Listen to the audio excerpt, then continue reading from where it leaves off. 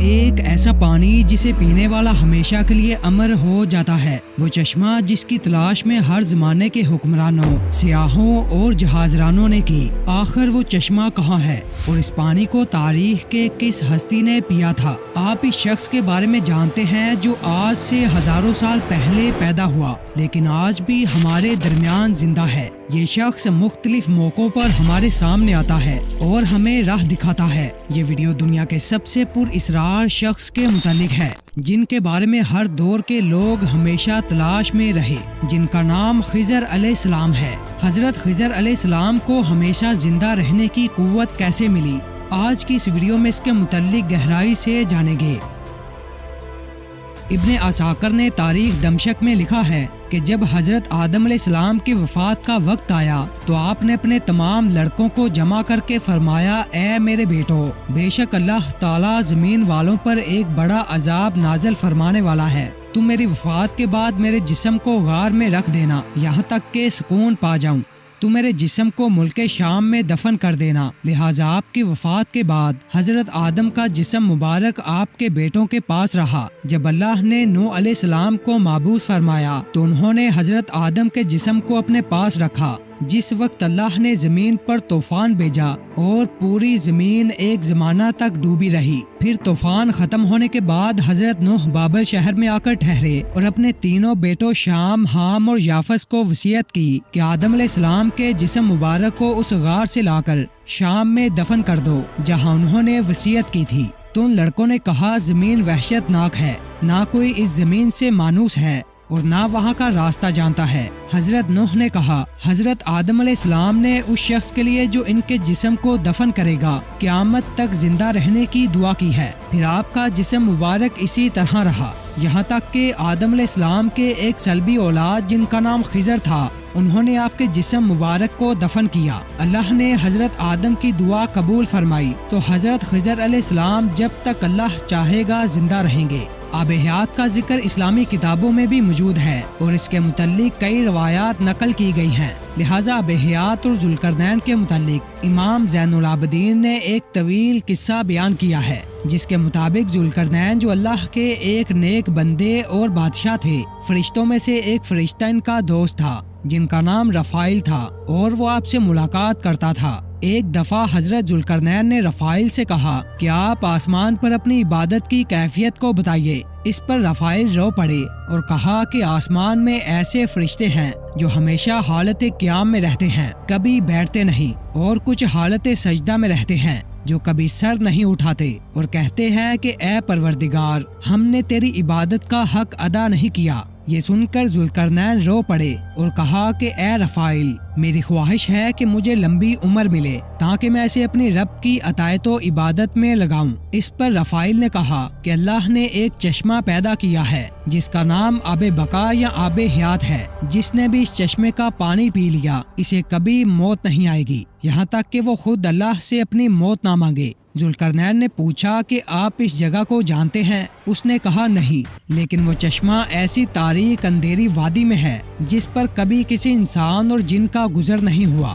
چنانچہ ذوالقرنین نے تمام صالحین اور علماء کو اپنے دربار میں جمع کیا اور ان سے آب حیات کے متعلق دریافت کیا۔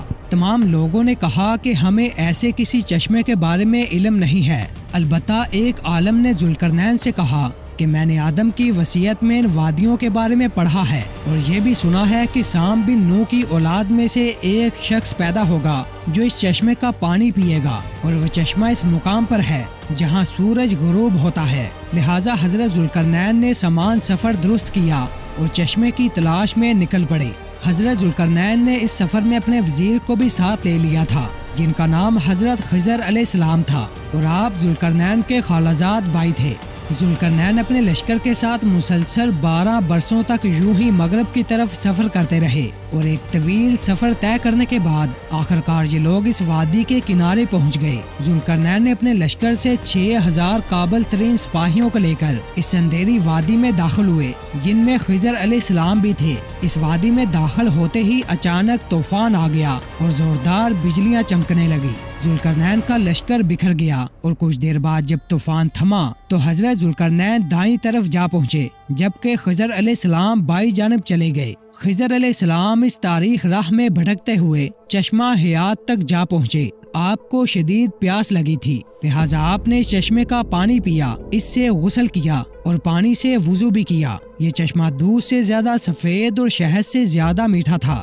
وہیں ذوالقرنین ان تاریک وادیوں سے گزر کر باہر نکل گئے، لیکن انہیں وہ چشمہ نہیں ملا کیونکہ آب حیات ذوالقرنین کے مقدر میں نہیں تھا، جبکہ اس پانی کو پینے کی وجہ سے حضرت خضر کو حیات جاویدانی حاصل ہوئی اور آپ ہمیشہ زندہ رہیں گے۔ ایک قدیم زمانے سے ہی محققین اور سیاحوں کا یہ ماننا تھا کہ زمین پر کہیں کسی مقام پر ایک ایسا چشمہ بھی موجود ہے جس کے پانی میں سبھی بیماریوں کو ٹھیک کرنے کے ساتھ ساتھ جسم کو امر بنانے کی قوت موجود ہے۔ دنیا کے الگ الگ تہذیبوں اور علاقوں میں آب حیات یعنی فاؤنٹین آف یوتھ نامی اس چشمے کا ذکر ملتا ہے۔ آب حیات کے معنی آب بقا یا وہ امرت ہے جس کے متعلق یہ خاصیت بیان کی جاتی ہے کہ جو اسے پیے گا یا اس میں غسل کرے گا اسے کبھی موت نہ آئے گی اور وہ شخص ہمیشہ جوان اور زندہ رہے گا۔ آب حیات کو آبشار، جھرنا، جھیل یا کسی تالاب کی شکل میں تصور کیا جاتا ہے۔ شروعات سے ہی دنیا میں کچھ ایسے لوگ رہے ہیں جو کافی امیر اور طاقتور تھے۔ ان لوگوں کو ہمیشہ ہی زندگی کے ختم ہو جانے یا بڑا ہونے کا ڈر ہوتا تھا، اس لیے ایسے لوگوں نے زمانہ قدیم میں اپنی بڑھتی عمر کو روکنے اور اسے پیچھے لے جانے کے طریقوں کی کھوج کرنے کی کوشش کی، جن میں عہد وسطیٰ کے مشہور بادشاہ اور جرنیل شامل ہیں۔ تاریخ میں آب حیات کا سب سے پہلا ذکر قدیم یونان کے مشہور تاریخ دان ہیروڈوٹس کی تحریروں میں ملتا ہے۔ ہیروڈوٹس نے اپنی کتاب ہسٹوریا میں افریقہ میں آباد ایک قدیم قبیلے کا ذکر کیا ہے جنہیں میکروبین کہا جاتا تھا۔ یہ نہایت ہی طاقتور، جوان، لمبے اور خوبصورت لوگ تھے جن کی عمر کم سے کم 120 سال ہوتی تھی۔ اس کے باوجود وہ جوان دکھتے تھے۔ ہیروڈوٹس کے مطابق میکروبین صحارا ریگستان اور افریقہ کے شمالی علاقوں میں آباد تھے۔ میکروبین کی سرزمین میں ایک خاص قسم کا چشمہ بہتا تھا اور یہ چشمے کا پانی ہی لوگوں کی لمبی عمر کا راستہ تھا۔ ہیروڈوٹس نے لکھا ہے کہ یونان کا بادشاہ جب میکروبین کی سرزمین میں پہنچا تو ان لوگوں نے بادشاہ کو وہ چشمہ دکھایا جس میں نہانے کے بعد بادشاہ کا جسم نہایت ہی چمکدار اور چکنا ہو گیا اور اس کے جسم سے خاص قسم کی خوشبو آنے لگی۔ اس چشمے کا پانی اتنا کمزور تھا کہ اس میں کوئی چیز نہ تیر سکتی تھی، نہ لکڑی اور نہ ہی کوئی ہلکی چیز۔ ہیروڈوٹس لکھتا ہے کہ شاید میکروبین کی لمبی عمر کی وجہ اس چشمے کا پانی کا مسلسل استعمال ہے۔ دی الیگزینڈر رومانس نامی فارسی تصنیف جو دنیا کے سب سے بڑی سلطنت قائم کرنے والا بادشاہ اسکندر اعظم کے سفر کے متعلق لکھی گئی ہے۔ ان تحریروں میں بھی آب حیات کا ذکر ملتا ہے جس میں بتایا گیا ہے کہ اسکندر اعظم اپنے سپاہیوں کے ساتھ چشمہ حیات کی تلاش میں نکلا تھا اور لمبے سفر کے دوران وہ اس تاریک سرزمین کے قریب جا پہنچا تھا۔ کہتے ہیں کہ جب اسکندر اپنے سپاہیوں کے ساتھ اس تاریک وادی میں پہنچا تو اسے ایک ندی ملی۔ اس نے اس ندی کے کنارے پڑاؤ ڈالا اور اس نے کھانے کے لیے مچھلیاں اور پرندوں کو پکڑا، لیکن جب سپاہیوں نے ان پرندوں کو اس ندی کے پانی سے دھویا تو وہ دوبارہ جی اٹھے اور وہاں سے اڑ گئے۔ اسکندر اعظم کا ماننا تھا کہ وہ ندی جنت کے کسی ندی سے بہ کر اس زمین پر آ رہی ہے، اس لیے اس میں زندگی دینے کی طاقت و قدرت موجود ہے۔ اس پانی کو اسکندر اعظم نے پیا یا نہیں، وہ سرزمین کون سی تھی، اس کے متعلق تاریخ خاموش نظر آتی ہے۔ اگر غور کریں تو اس طرح کا واقعہ حضرت موسیٰ علیہ السلام کے متعلق قرآن مجید میں موجود ہے جس میں آب حیات کی طرف اشارہ کیا گیا ہے۔ واقعہ کچھ یوں ہے کہ موسیٰ علیہ السلام ایک دفعہ بنی اسرائیل میں خطبہ دے رہے تھے تو ایک شخص نے پوچھا کہ لوگوں میں سب سے زیادہ علم کس کے پاس ہے؟ حضرت موسیٰ نے جواب دیا کہ میرے پاس۔ اس پر اللہ نے حضرت موسیٰ کی طرف وحی کی کہ آپ کو میرے بندوں میں سے ایک بندہ 2 دریاؤں کے ملنے کے مقام پر ملے گا جسے میں نے اپنے علوم میں سے ایک علم عطا کیا ہے جو آپ کے پاس نہیں ہے۔ موسیٰ علیہ السلام نے ان سے ملنے کی خواہش کی۔ اللہ نے حکم دیا کہ اپنے ساتھ ایک مردہ مچھلی کو لیجئے اور 2 دریاؤں کے ملنے کی جگہ پر جائیے، جہاں وہ مچھلی گم ہو جائے وہیں آپ کی ملاقات اس بندے سے ہوگی۔ لہٰذا موسیٰ علیہ السلام نے اپنے ایک خادم کو ساتھ لیا اور نمک لگی ہوئی ایک مچھلی کو زنبیل میں رکھ کر سفر پر نکل پڑے۔ جب وہ چٹانی علاقوں میں پہنچے تو زنبیل کو ایک چٹان کے اوپر رکھا تو اچانک وہ مچھلی زندہ ہو گئی اور جھرنے کے ایک راستے کے ذریعہ ندی میں چلی گئی۔ جس مقام پر وہ مچھلی گم ہوئی اسی مقام پر موسیٰ علیہ السلام کی ملاقات اس بندے سے ہوئی جن کا نام خضر علیہ السلام تھا۔ اب سوال یہ ہے کہ وہ مچھلی جو مردہ تھی وہ زندہ ہو کر اس دریا میں کیسے چلی گئی۔ لہٰذا امام ابن کثیر اور طبری جیسے جلیل القدر مفسرین کا قول ہے کہ جس چٹان پر موسیٰ علیہ السلام نے اس مچھلی کو رکھا تھا اس کے نیچے آب حیات کا چشمہ تھا اور اسی پانی کے چھینٹوں کے پڑنے کی وجہ سے مچھلی زندہ ہو گئی تھی۔ اسی طرح ایک لاطینی سیاح جان منڈیول کی کتاب میں بھی چشمہ حیات کا ذکر ملتا ہے، جس کے مطابق ہندوستان کے جنوبی علاقوں میں موجود کولام یعنی مالابار جزیروں میں ایک پہاڑی سلسلہ ہے اور اسی مقام پر آب حیات کا وہ چشمہ موجود ہے۔ اپنی تصنیف میں جان منڈیول نے لکھا ہے کہ سفر کے دوران جب وہ کولام کے علاقوں میں پہنچے تو وہاں انہیں ایک ایسا کوا ملا تھا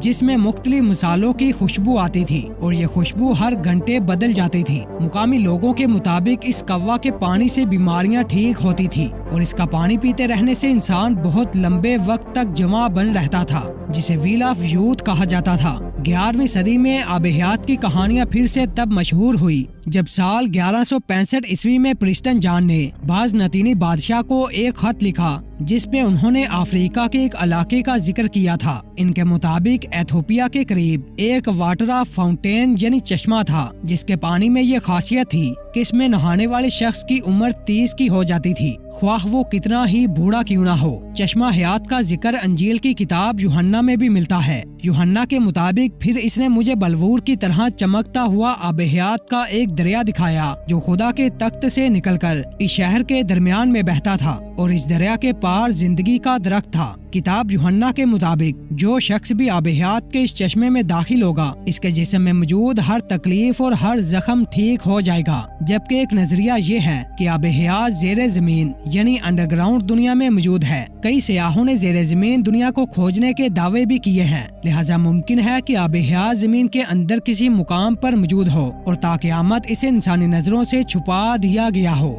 دوستو، آب حیات کا راز آج بھی پردہ راز میں چھپا ہوا ہے۔ کچھ لوگ اسے ایک حقیقی چشمہ مانتے ہیں، کچھ اسے ایک روحانی حقیقت سمجھتے ہیں اور کچھ اسے محض ایک داستان۔ لیکن حقیقت جو بھی ہو، حضرت خضر علیہ السلام کی کہانی ہمیں یہ سکھاتی ہے کہ اصل زندگی لمبی عمر پانے میں نہیں بلکہ اللہ کی اطاعت، بندگی اور لوگوں کی بھلائی میں ہے۔ شاید یہی وہ آب حیات ہے جو انسان کو حقیقی معنوں میں ہمیشہ زندہ رکھتی ہے، لوگوں کے دلوں اور تاریخ کے صفحات میں۔ آپ کے خیال میں آب حیات واقعی کوئی زمینی چشمہ ہے یا ایک روحانی حقیقت؟ اپنی رائے کمنٹس میں ضرور بتائیے۔ اگر آپ کو یہ ویڈیو پسند آئی ہو تو اسے لائک کریں، چینل کو سبسکرائب کریں اور بیل آئیکن کو دبائیں تاکہ ایسے مزید دلچسپ اور معلوماتی ویڈیوز آپ تک سب سے پہلے پہنچ سکیں۔